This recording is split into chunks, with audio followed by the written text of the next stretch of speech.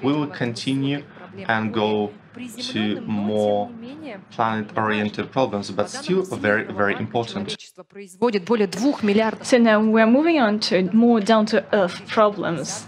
According to the World Bank, humanity produces more than 2 billion tons of solid waste, and by 2050, it will achieve 3.5 billion. Horrible figures per se, and if we think of the consequences, the evaporation of storage and recycling them, it will become clear why managing waste is crucial today. So today we will talk about the startup Greyparrot and the artificial intelligence they're using. World Economic Forum included it in the list of top 100 technological pioneers, and the co-founder of the company, Ambarish Mitra, will tell us about why this company is a pioneer in artificial intelligence and how they're helping in solving ESG issues, and will do that in the future.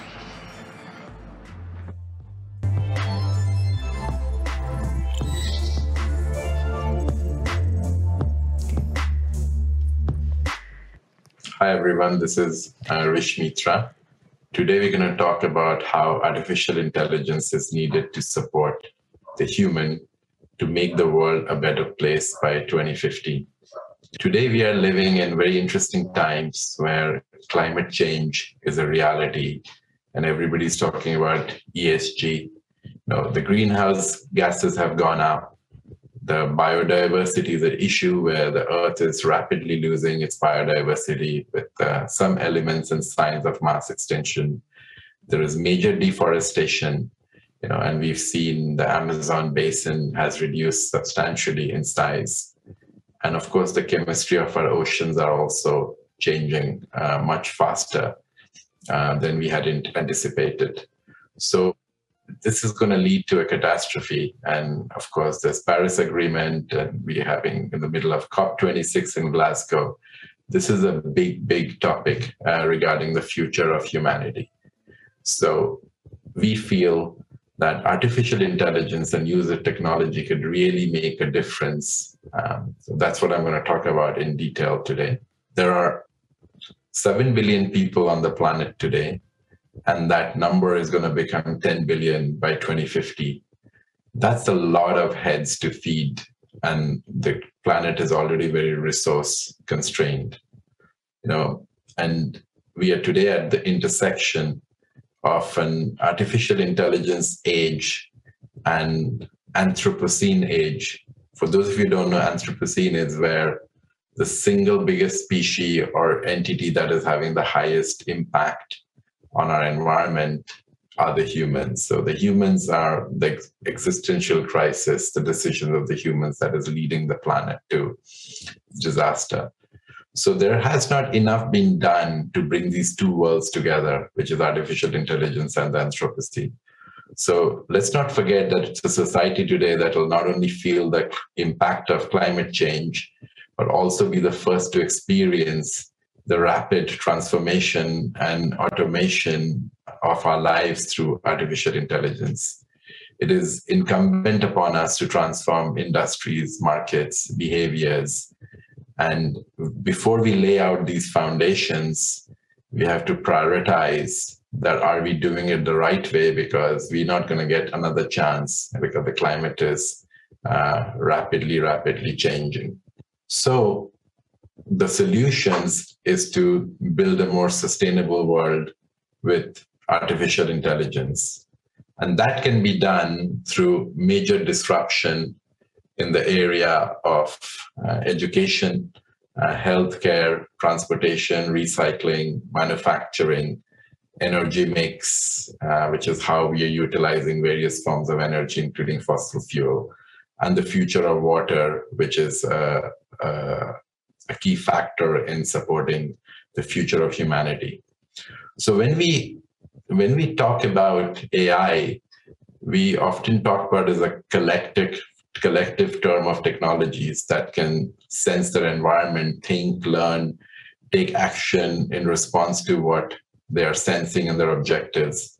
And the application can range from automation of routine tasks to literally augmentation of the human. Sometimes when we use the word artificial intelligence, it's almost like we have to reverse the AI into IA. It's like the intelligent assistants. So we should not feel threatened where if the AI is here to replace us, a lot of the media talk about, but it's actually here to really assist our lives and utilize our resources better. So these will, of course, lead to profound changes to our sectors and markets, and the society will take a very different shape in the AI era against the background of transformations required to these big societal changes, including, as I mentioned, climate change and rapid biodiversity loss. The key question the business leaders are asking is, to what extent will AI transform and disrupt our organization and markets, and how quickly will this happen? So it's a complex set of questions, and there are a lot of broad concerns about how technology will affect society, the shape of our society, the privacy, efficacy of our data, the future of jobs while trying to do all these incredible stuff. So what I would say that let's cover these 7-8 topics in detail, and me trying to address some of the concerns and risks connected to it. So I would start straight away with impact of artificial intelligence in the education sector. So one big issue with 10 billion people is there isn't enough schools in the world, and still there are like 700-800 million people who are not even literate, do not know how to read and write. And AI can play a very big role. Ultimately, what is the goal of education? The goal of education is not to show off a degree. It is to be a knowledgeable human being. When you have knowledge, you can make better decisions for your community, for your village, for your city, for your family, for the global world. And I feel like information access should be almost like a fundamental human right, besides like the food, shelter, clothing kind of rights. So one way to do it is in the age of neurolinguistic programming and computer vision, really knowledge can be distributed to everybody, and I think what AI can lead to, whether you're poor or rich, from the very small age of infancy, like when you're 2 to 4 year olds, if every human in the world has access to some level of conversational computing power, and they can ask or have a conversation on a relationship with any given computer, and like we see it with Siri or Alexa, we will see a massive growth of a generation which has a lot more capability to research and make decisions for themselves rather than just being below the poverty line. Because as we've already seen in the information era we are living in today, knowledge is the most important accessory or asset to have. So artificial intelligence can really, really make distribution of knowledge a lot more efficient and a lot more equal. The next topic I want to talk about is the impact of healthcare. With the growing population of 10 billion people by 2050, there won't be enough hospital beds or, old age support, because the one important statistics to keep in mind is the rate at which the population is growing. At the same rate, the number of medical staff and doctors and nurses are not coming into these professions. And we already saw in the last 1.5 years, the pandemic exposed the world that actually when things go out of control, there's not enough resources. Even the world's most advanced countries could not keep up with the spreading pandemic. So the role of AI would be very, very critical for the future of healthcare. And it can be broken down into various ways.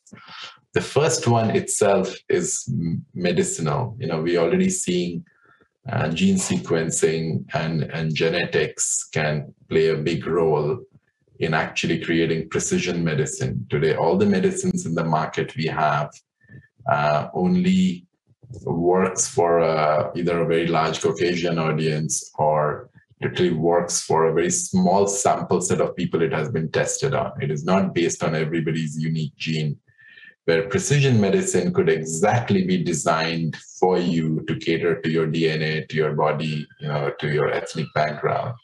And that can only happen with very large sequencing of artificial intelligence-based data. So precision medicine is the future. The second thing is actual healthcare support, because a large part of the healthcare is emotional, it's human, that's why the role of the doctor talking to you, the role of the radiologist talking to you, the role of the nurse looking after you, that's connected to empathy. So we feel that the human aspect of medical science needs to be catered to, and a lot more human staff can support it. But the actual processing, diagnosing, like today, AI model can diagnose a cancer detection through a lot of radiology X-rays way faster through MRI scans and CT scans than a human would do with large data processing. So we will see a large part of diagnosis being taken after AI, and the medical staff resources, with much shorter turnaround of the diagnosis, and the medical staff resources would be catering more to the looking after of people and building more stronger human and bond relationships. So that gives you some sense of flavor of healthcare. Very, very big factor by 2050 would be agriculture and food. This is one aspect of our life where everybody needs to eat, 3 meals a day or 2 meals a day. And we are anticipating a major food shortage. It's a crisis. The UN's Food and Agricultural Organization forecasts that global agricultural production must more than double by 2050 to prevent mass-scale food shortages. AI forms a central part of technological innovation that are transforming agricultural production by responding to growing demand in a way that limits social and ecological trade-offs. The key AI levers within agriculture are agricultural robotics. This includes AI robotics that are being programmed to carry out agricultural tasks autonomously with optimal timing. For example, an autonomous tractor could be picking up perishables and fruits absolutely at the right time when they're ripe. Another aspect of innovation with agriculture and AI we are seeing is precision monitoring of environmental conditions for agriculture and forestry.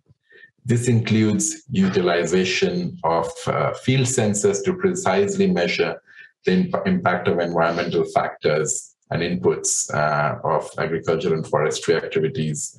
Examples include monitoring local weather conditions to predict the impact of yield and land use planning and management. So we have finite amount of land and resources, and how can farmers use it with incredible weather-related information, seed-related information, maximum yield of produce in any given surface, and also minimization of usage of water. We can afford to spray water, everywhere like we did in the past. Also monitoring of crop, soil, livestock health.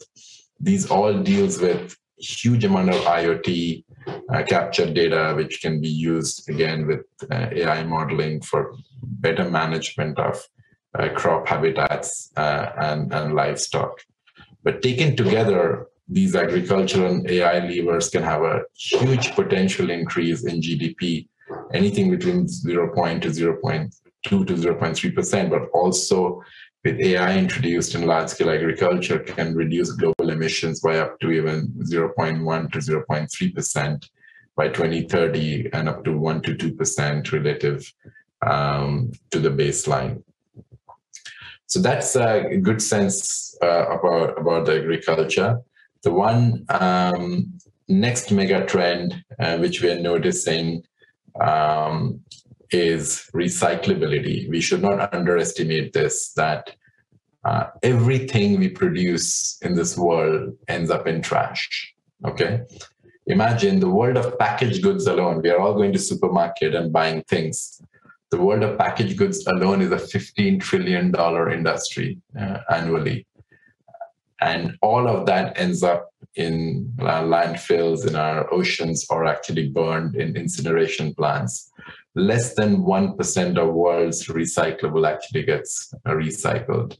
So there is a very large opportunity to use artificial intelligence to analyze everything that goes into these large municipal conveyor belts, material recycling facilities, and use AI-based detection and then robotic picking or other ways of smart picking through air jets and stuff, so that huge amount of materials, because materials are, where do materials come from? The chemistry is from the nature, from plants, from oil, from fossil fuels, and other from our oceans. So it's important that we preserve what we have and we put it back in the environment rather than keep reintroducing our natural resources and increasing our carbon footprint. So our greatest asset, we've already created it.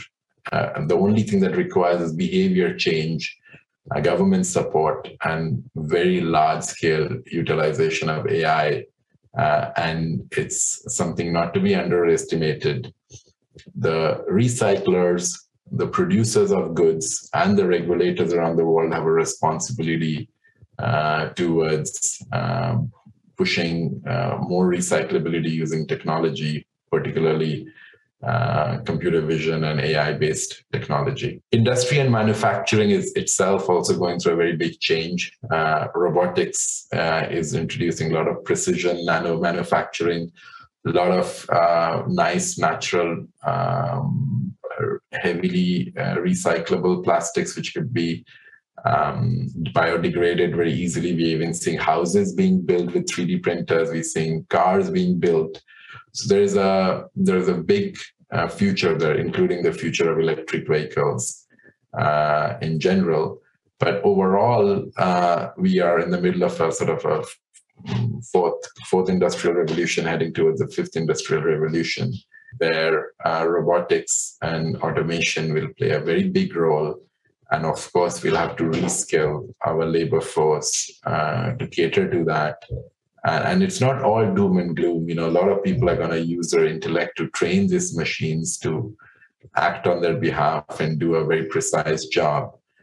So we'll see a very large shift in a lot of resources of experts going into training the algorithms and the machines rather than training other people, which will bring a large-scale efficiency and reduce a lot of wastage in the society that is needed.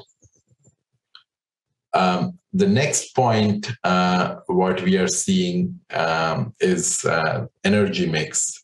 It's one of the biggest challenges of the modern world is to supply affordable, reliable energy to all, while minimizing the negative impact on the earth, such as the greenhouse gas emissions and air pollution. By applying AI to improve efficiencies in the energy sector across all fuels and regions, technology can help a cleaner and less fossil fuel dependent energy sector that can lead to a world with a more prosperous economy and less climate change.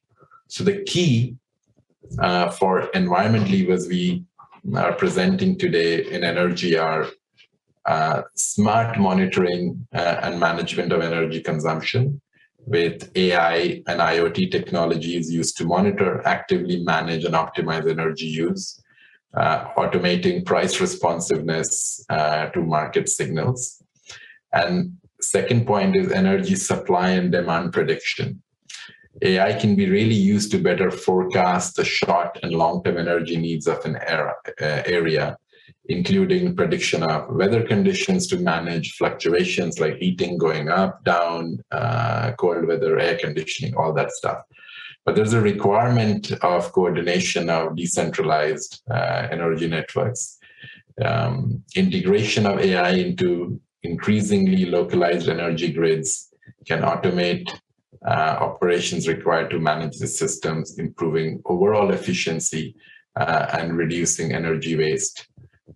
Able to be doing predictive maintenance with AI and IoT can save a lot of money, also able to reduce solar flares. We're seeing a lot of that happening in all over the world, like major forest fires, hurricanes and earthquakes. All that can be predicted and resolved, and risk could be reduced.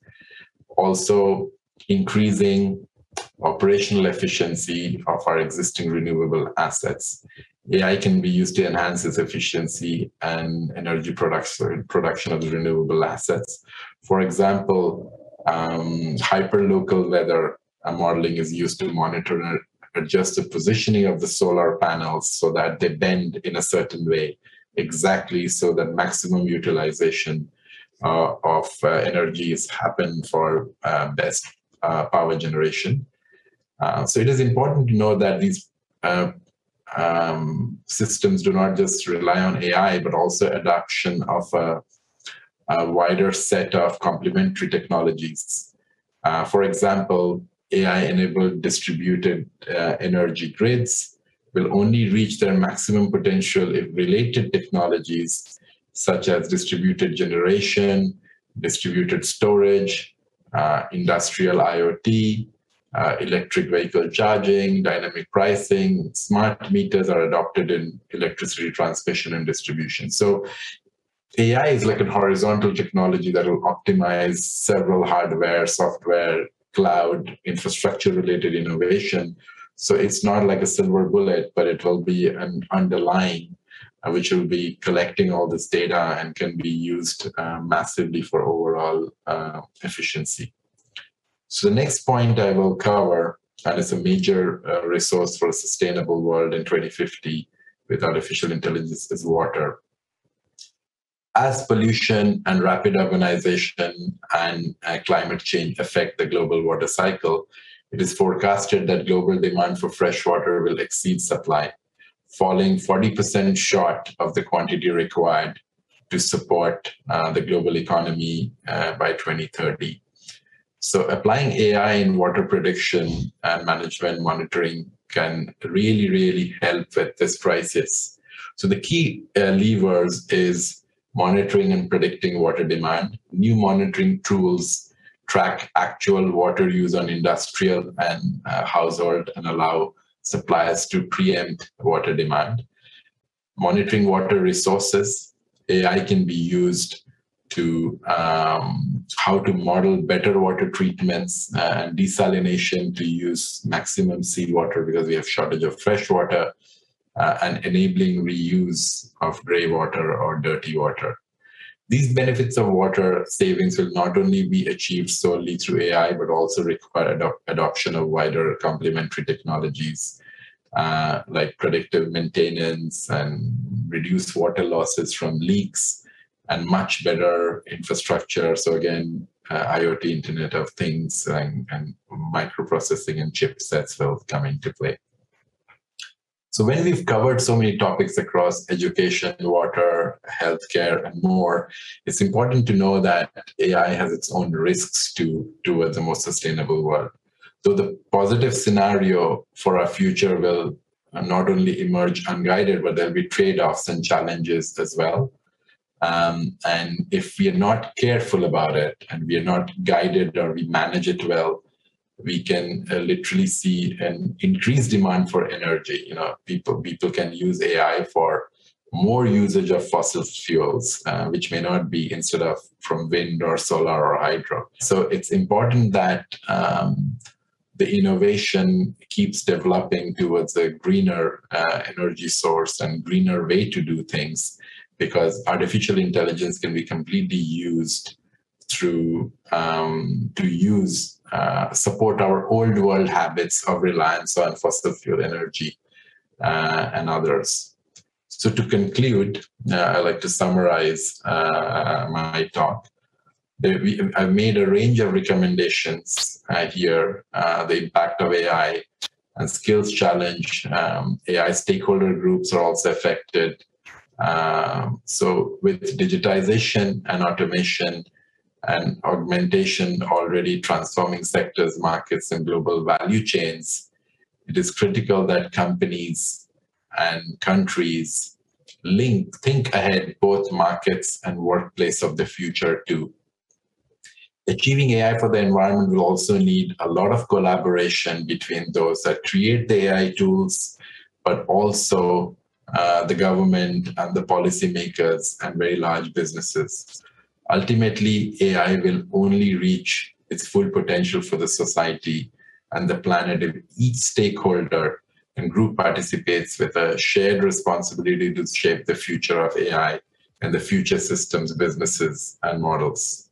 So we hope that this presentation is the first step in a larger conversation to inject attention and investment in a tech-first and AI-first approach to our most pressing environmental challenges.